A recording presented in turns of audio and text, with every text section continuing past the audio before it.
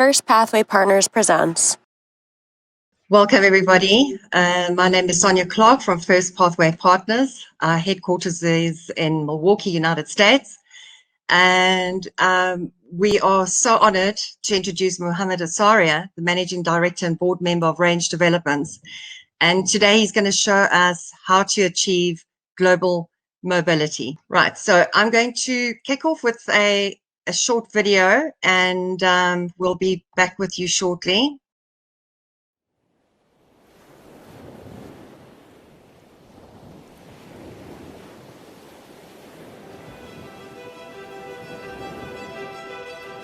What if we told you that in the Caribbean, there's only one citizenship by investment developer that's built 2 world-class 5-star resorts, and that they had helped hundreds of investors receive citizenships for themselves and their families at the same time? What if we told you that both resorts were delivered within the promised time, that units in both projects sold out early to investors who were able to reap tremendous benefit from their participation, and that both resorts won several of the world's most prestigious hospitality awards? What if we told you that the Caribbean's largest and most trusted citizenship by investment developer was about to add to its track record of accomplishments by delivering yet another award-winning success, and that you could take part in it? Would you invest in your future? Would you invest in Range Developments?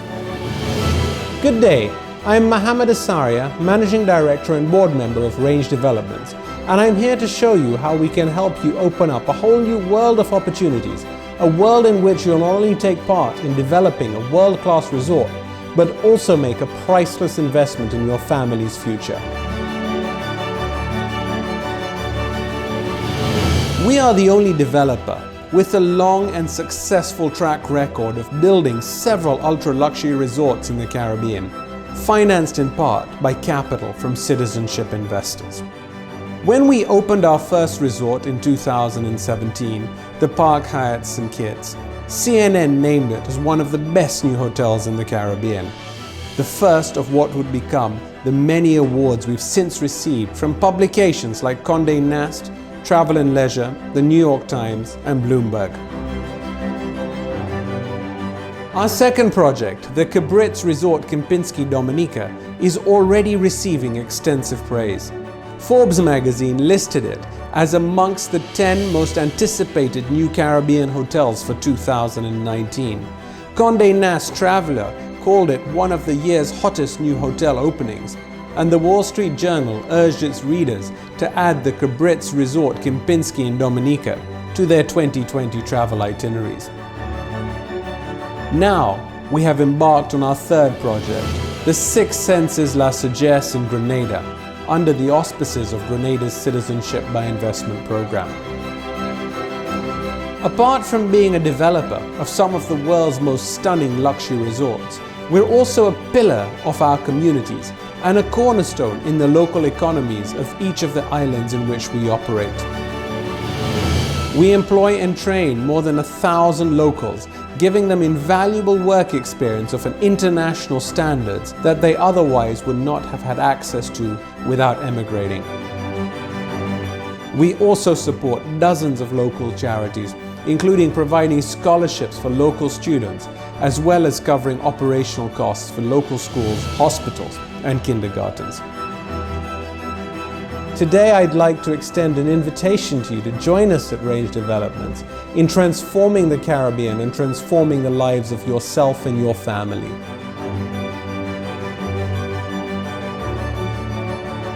Invest with Range Developments. Invest in your future.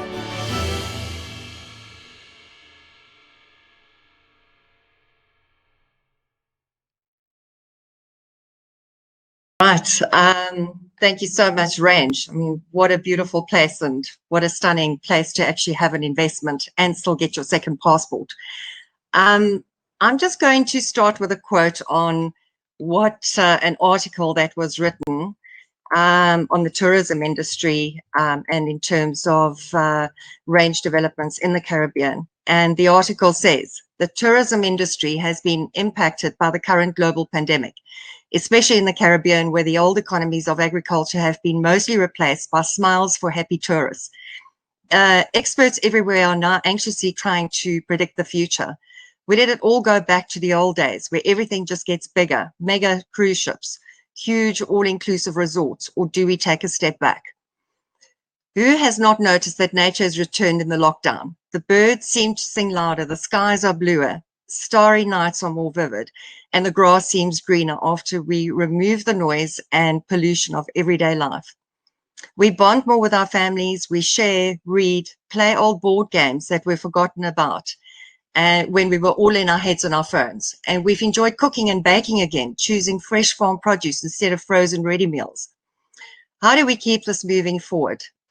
This step back to more wholesome and caring love. Well, we capture it in the new resort design of the Six Senses by creating a resort that is all about returning to nature and back to the old ways, charm, and scale of the Caribbean. Today we have Mohammed Asaria from Range Developments. I'm just going to give you a brief background before I hand you over to Mohammed. Mohammed Asaria is the Managing Director and Board Member of Range Developments, an international luxury hospitality development company that develops large resorts in the Eastern Caribbean under the Citizenship by Investment program.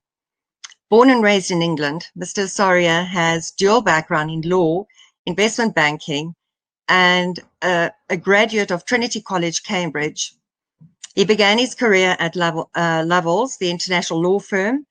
An interest in structured finance and investment banking led him to move to HSBC prior to founding Range Developments. The company has grown to become the leading citizenship by investment in the Caribbean. Range has grown to become the leading citizenship by investment in Eastern Caribbean.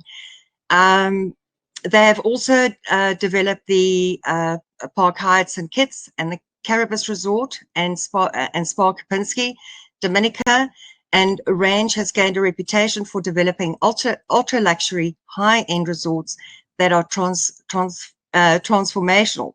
The construction of Range's third citizenship by investment project, the Six Senses Grenada, will commence, and we will go more deeply in that. I'm just going to go into a bit of history on First Pathway Partners.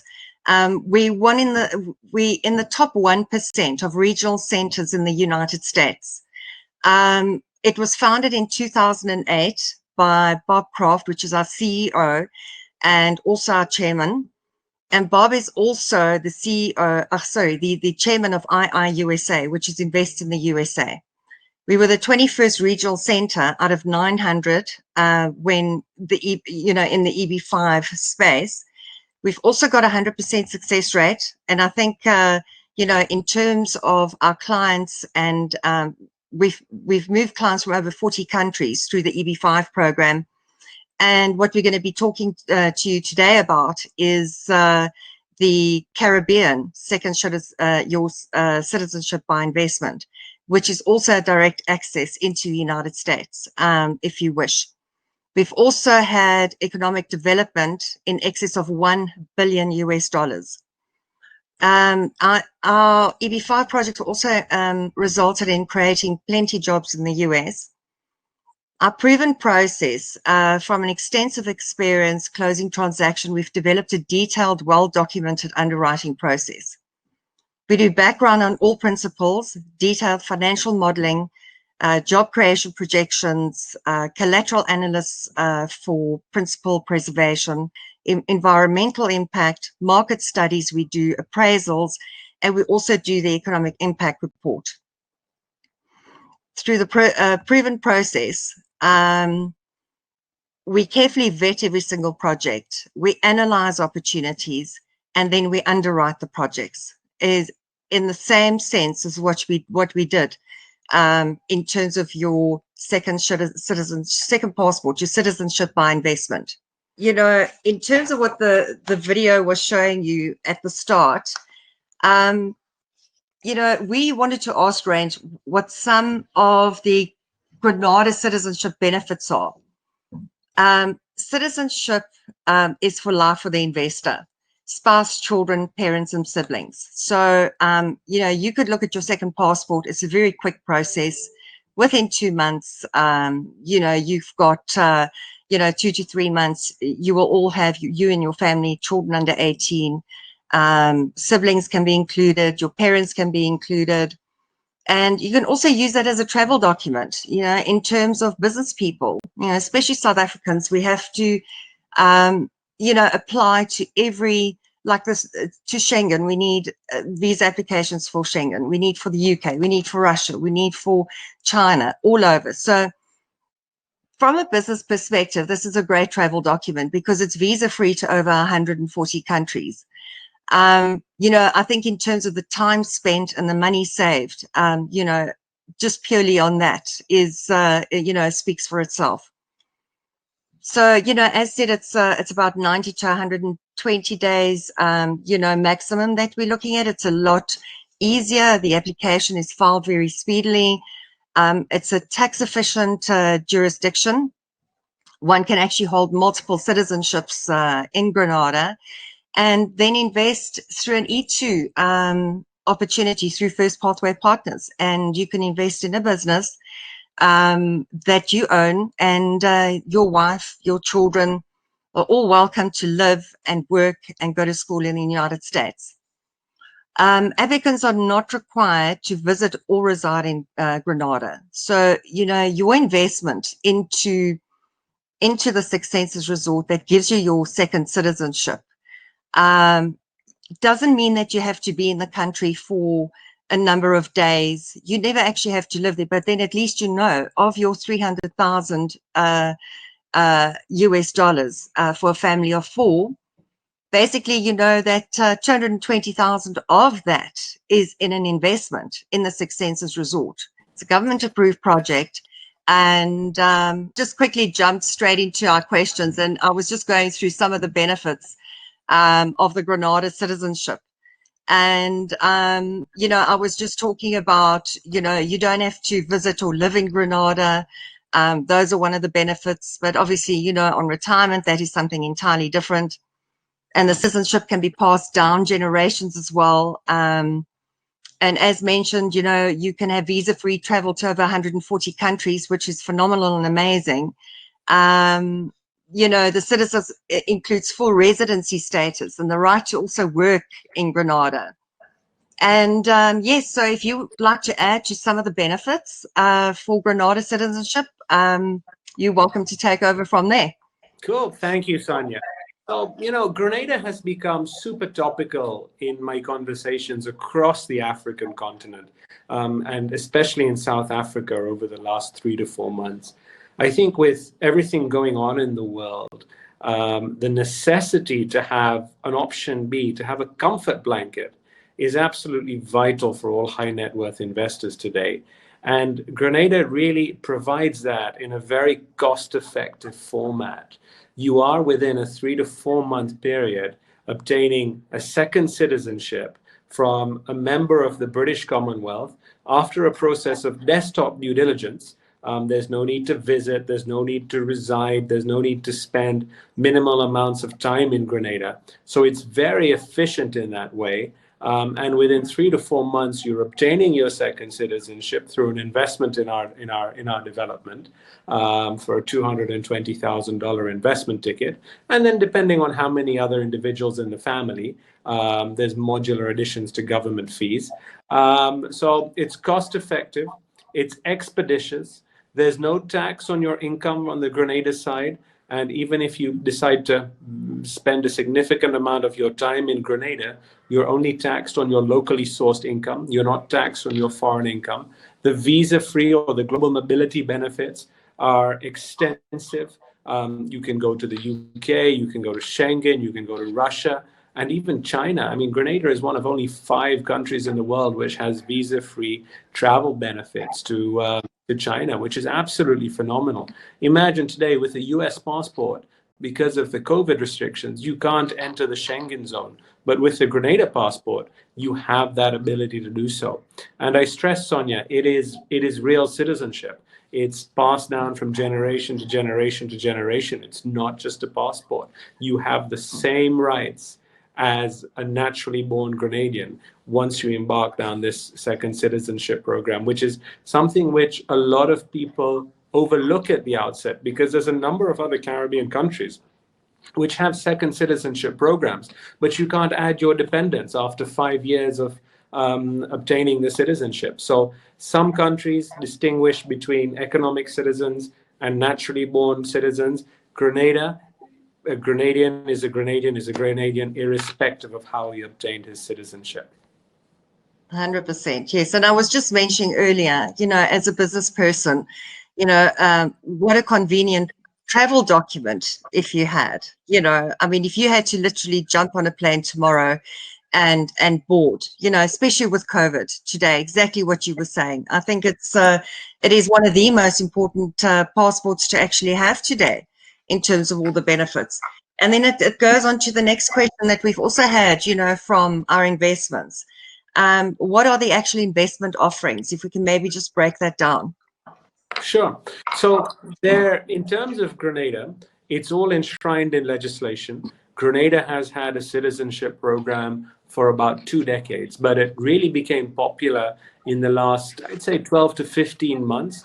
It really rose up the ranks in the citizenship program, and we can touch upon that a little bit later on during the presentation. But you're required to make an investment in an approved citizenship project. Range, as I hope you saw from the video, we are the largest developer in the Caribbean, and we're building the Six Senses Resort in Grenada, which is approved for citizenship. You're required to make a $220,000 investment, which is the minimum amount prescribed by the law in the Six Senses project. You become an owner of a trust certificate in the trust fund which owns the asset. The hotel will consist of 100 rooms spread out over 28 acres. It's very well designed for the luxury traveler in the post-COVID luxury travel landscape. It's not social distancing, it's natural distancing. We only got a built-up ratio of 20%. There's 4 restaurants. There's 2 meters between every Sun's lounge, let alone table. So we're fortunate that the design was, I mean, I wouldn't say we had any foresight, but the design was built to accommodate that. That's just our philosophy. And as you saw from the Park Hyatt and Kempinski, our other properties are developed in a similar fashion. So you're required to make that investment of 220. You have to hold your investment for 5 years, after which time you can exit your investment by selling your unit to someone else who also wishes to benefit from citizenship of Grenada, whilst you maintain your citizenship in perpetuity. During the life of when you hold the asset, you're entitled to a yield depending on what the hotel cash flows. We expect that to be between 2 to 5%. And in addition to that, you get certain rights of stay. During construction, you can spend 2 weeks at our other Caribbean hotels, the Kempinski and the Park Hyatt. And once the Six Senses open, we'd be delighted to welcome you in Grenada at the Six Senses. Fantastic. That was actually one of my questions, but we'll get back to that one as well. I think that's, a lot of people will be excited to be able to go there, for 2 weeks with their family on holiday. I think the history of Grenada is actually very interesting, and I think you actually more of an expert. If you can maybe just tell us a little bit about Grenada. Sure. So Grenada it's a British Commonwealth country. It's had independence for close to 40 years, and in the late 70s and early 80s, there was a little bit of a radical movement, and that radical movement, and why we're mentioning it, is really driving all the foreign investment into Grenada today. It's funny how what happened so long ago and can really have impacts on what happened today. So, in 1983, the Russians and the Cubans were building a very long landing strip in Grenada, and this was towards the end of the Cold War. And this was causing a lot of anxiety to the United States, given the Caribbean is ultimately the United States' third border. And the runway, the landing strip they were building was much longer than was needed for a 707. Let's put it like that, Sonia. So the island was invaded or liberated, for want of a better word, by Ronald Reagan in 1983. And as part of the reparations of war, Grenada and the United States entered into something called a Treaty of Trade and Commerce. And then the alliance between Grenada and the United States was cemented. And in that treaty was enshrined something called the E2 visa. And the E2 visa basically provides Grenadians with the ability to make an investment in the United States in their own business, which they must control more, must own more than 51% of. And in return for making that investment, you apply at the nearest US consulate for something called an E2 visa. And that E2 visa allows you, your wife, and your children to move to the United States for you to run this business. Your wife can work anywhere in the United States, subject to prior work authorization. Your children can attend schools below the age of 18, free of cost in the public system, and they benefit for reduced prices in the reduced fees at the university level.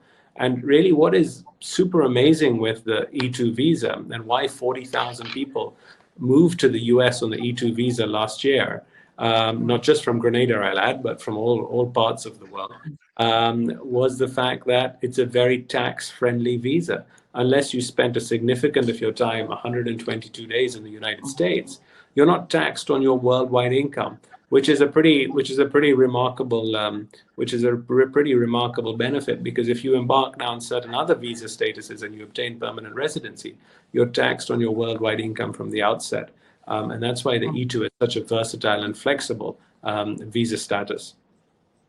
Absolutely. And if I may just add to that, we touched on E2, and then what First Pathway does, First Pathway Partners, is we've actually got that investment for you to make to obtain your E2 visa. And that's obviously a discussion for another day, but today we are focusing on range developments.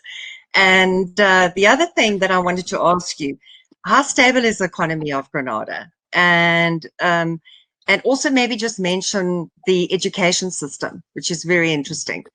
Sure. So let me start with the second part of the question.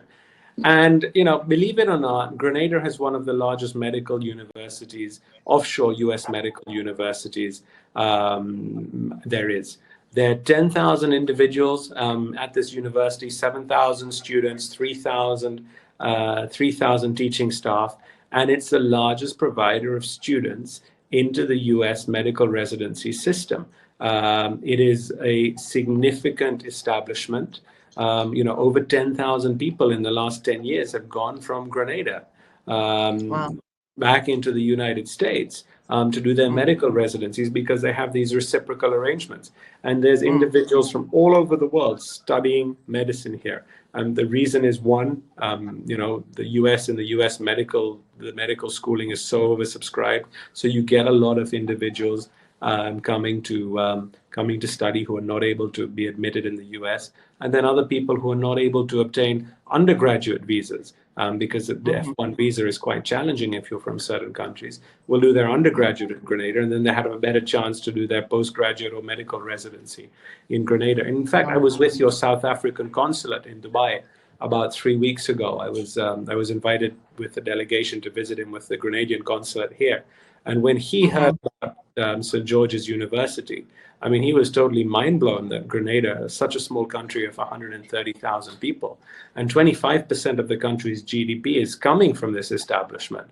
He was just mind blown that Grenada had cemented itself so firmly in the education ranks. So that's really thing. Sorry, I've forgotten the first part of the question. You were talking so much about. You briefly touched on it. It's just how stable is the economy in Grenada? Sure. So let's look at it. The Queen is head of state. The Privy Council is the final court of law.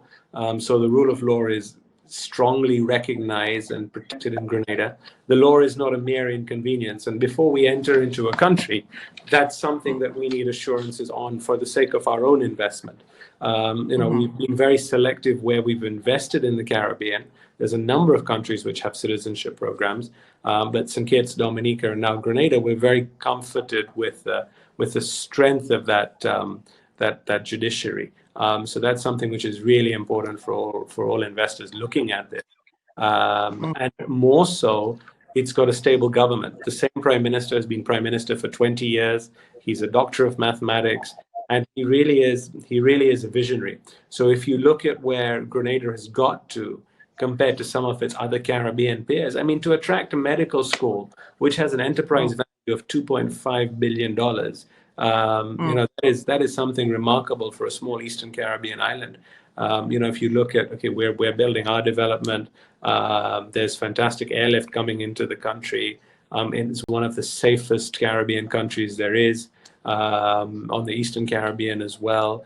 They do a very good job of law and order, because ultimately, yes, whilst a lot of people may or may not visit Grenada, if the ultimate aim is to go to the United States, Grenada is only 3 to 4 hours away from your end home. So I can see a lot of individuals, whilst not thinking of visiting Grenada at all today because it's not required, if one day something happens and you decide you want to move to the US, it's always good to have your second country of nationality so close to your home. And it facilitates weekend or long weekend trips. And Grenada provides that and has the safety and security to encourage that. Fantastic. I mean, it's basically every box has been ticked in terms of, from a family, from a business person, from a stable economy, and also just you got great weather. You got great weather and you're close to the US. I mean, it is the Caribbean. And then I wanted to ask you the legislative changes that took place in 2019. What happened there? Sure. So I was invited to develop in Grenada at the end of 2018. The government sent a delegation to visit us and said, Range, look, you're the only people who've been able to develop in the Caribbean successfully. We have a high unemployment rate, and we need the private sector to come in to help us reduce this rate and get our citizenship program working. So really, there were 4 recommendations we made to the government.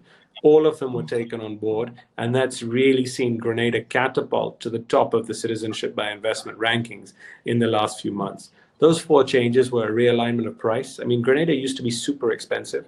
It was $350,000 minimum investment. That came down to $220,000 for certain developments, of which we are one. The definition of dependent. So it's not just an application for the main investor, but the whole family. The government of Grenada recognized that a lot of people are doing this for their children or their grandchildren, the next generation. So parents can include 1 generation up and 1 generation down, and there's no age limit on bottom age limit on parents. So even if a parent is, you have a young grandparent, they can be included, and children can be included up till the age of 30. So that's really quite flexible. And also brothers and sisters can also be included in an application. So I mean, I've seen family applications going up to 12 members with a couple of brothers and sisters and all the rest of it. So it's really cost effective that way because they all just come in on buying 1 share. So that was another one of the changes. The other 2 key changes were, 1, processing time. So Grenada historically had a backlogged processing system, but we worked with the government. The processing system has been digitized. The government is so serious about citizenship by investment, they hired a new team who is super experienced. They digitized it. They put the right processes and procedures in place. And within 90 days, you can obtain second citizenship of Grenada. It's a desktop due diligence process. So, for our listeners in South Africa, Sonia and her team will work with you, compile all the documents. It's nothing too cumbersome, but the government do need to undertake this process. No one should think that this is a pay-and-play scheme, because the integrity and the longevity and the value of your passport depends that the individuals who are being awarded citizenship are of good character and of similar character yourselves. So it really is a very there is a due diligence process. And the 4th change that the government accepted based on our recommendation was that after 5 years, you can exit your investment and sell your share to another individual who also wishes to apply for citizenship of Grenada. Because the smart investor asks, even before he's made the investment, how do you exit? So it's vital you have a good investment, efficient processing, with a reasonable cost-effective price point, and that's been super interesting. And what I would stress, because I had the pleasure of visiting you in South Africa before COVID, and what I found out from the South African mindset is that whilst there may be a reluctance to leave South Africa, and trust me, if I lived in South Africa, I'd be one of the most happiest people. You have such a beautiful country, but as with every comfort blanket, it can't be restrictive. So there's no need to reside or visit in Grenada to obtain this citizenship. We recognize it's a long, long way away. And even on the E2 side, there's no need to reside in the US. You can visit the US 3 or 4 times a year for board meetings for your business. So you can carry on with your businesses in South Africa, benefit from not having tax in any other jurisdiction apart from your home, and you can obtain your Grenadian citizenship expeditiously and fairly efficiently. And also on the US side, if that's what you wish to do, and take the additional option of the E2 visa. Phenomenal. Absolutely well packaged together. You did mention about the 2-week stay. So we just want to hear a little bit about your previous projects in the Caribbean.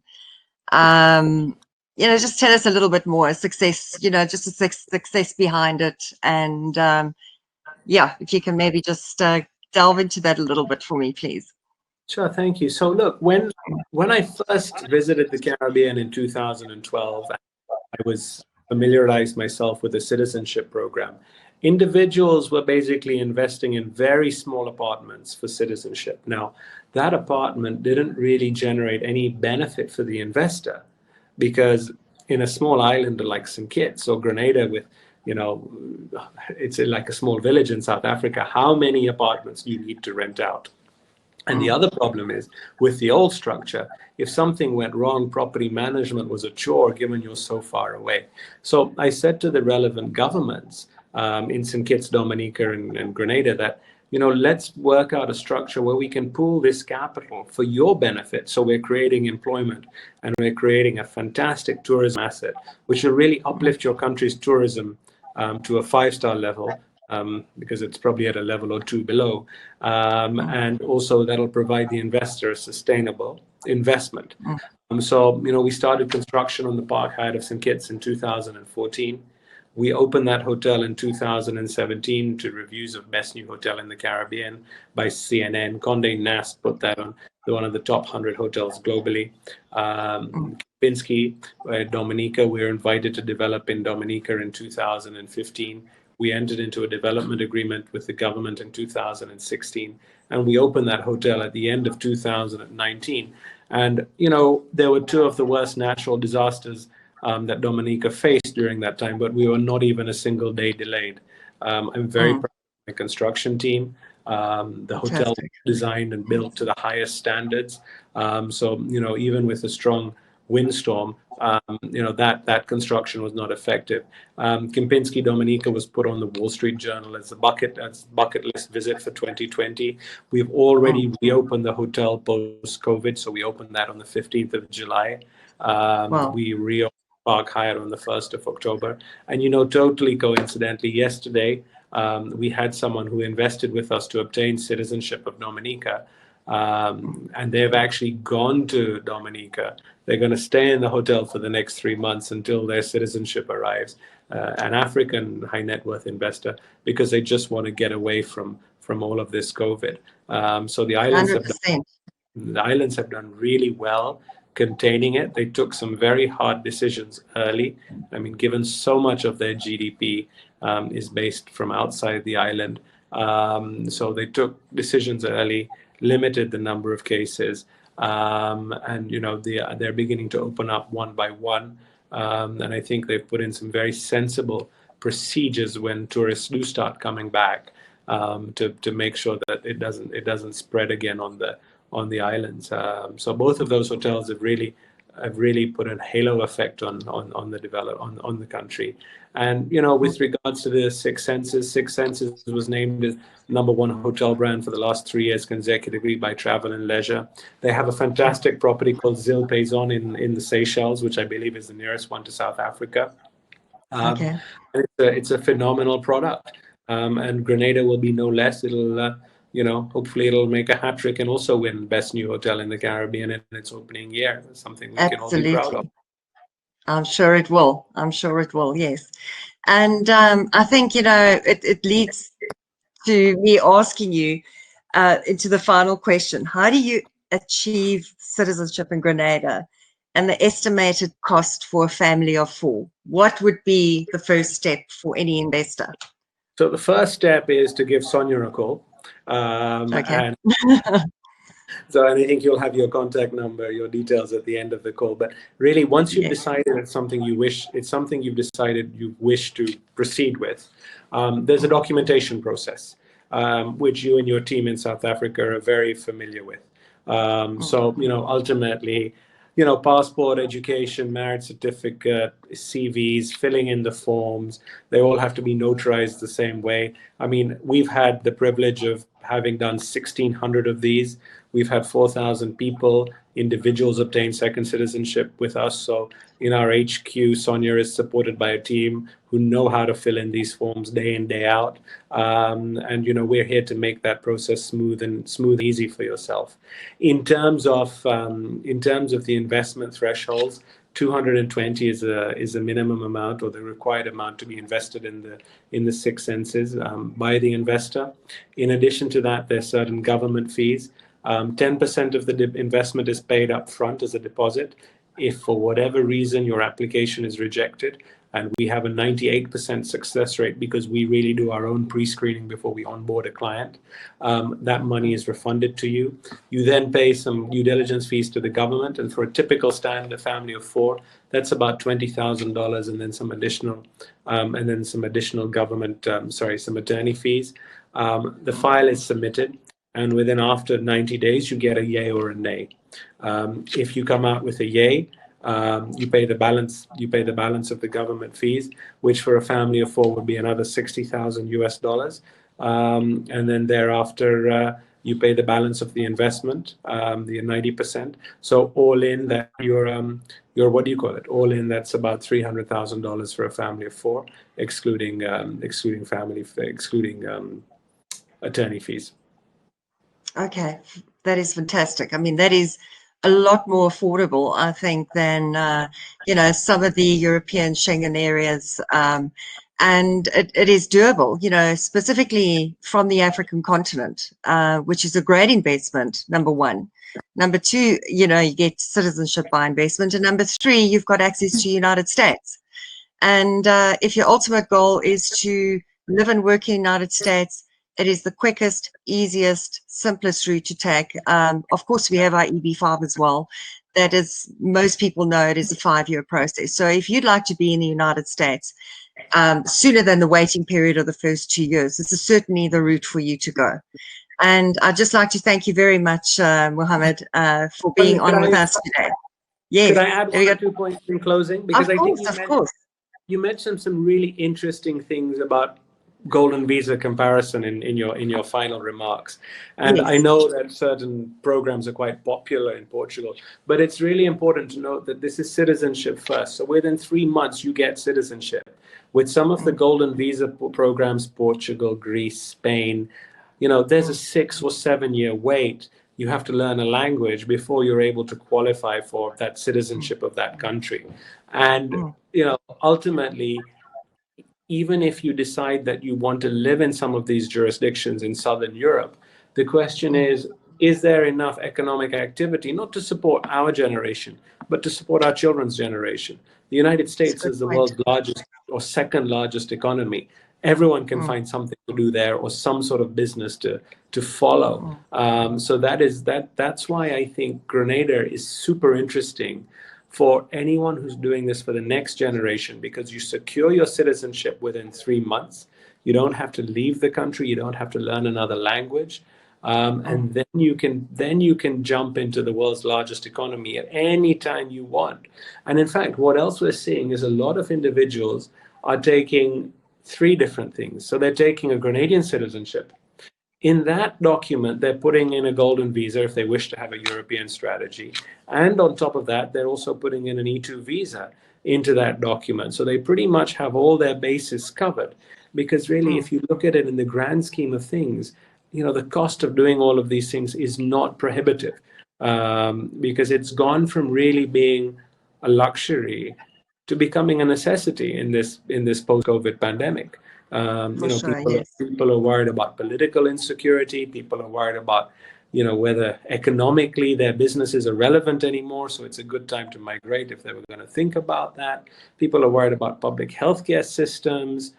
So all the anxieties that high net worth individuals are going for, this can provide an insurance policy which starts paying out from now. You don't have to wait. It's not something the next generation benefits from after we've gone.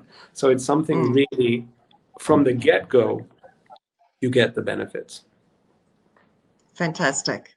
And as always, we're here for you, everybody. I'm going to put our contact details at the, on the next slide. And I'd just like to thank you very much, Mohammed. Any questions anybody has for Mohammed, there's a red tab on the right-hand side. If you do have any questions, you're welcome to send them on. If you don't have any questions right away, we're going to be posting our contact details at the end. And certainly we'll get in touch with you or vice versa. You've got our details also on our websites, and you're more than welcome to get in touch with me on my mobile, and most certainly we'd put you in touch with Range Developments as well when the time comes and need be. Thank you. Thank you for the invitation, and thank you all for your attention. It's a pleasure. A great presentation. Thank you, Mohammed.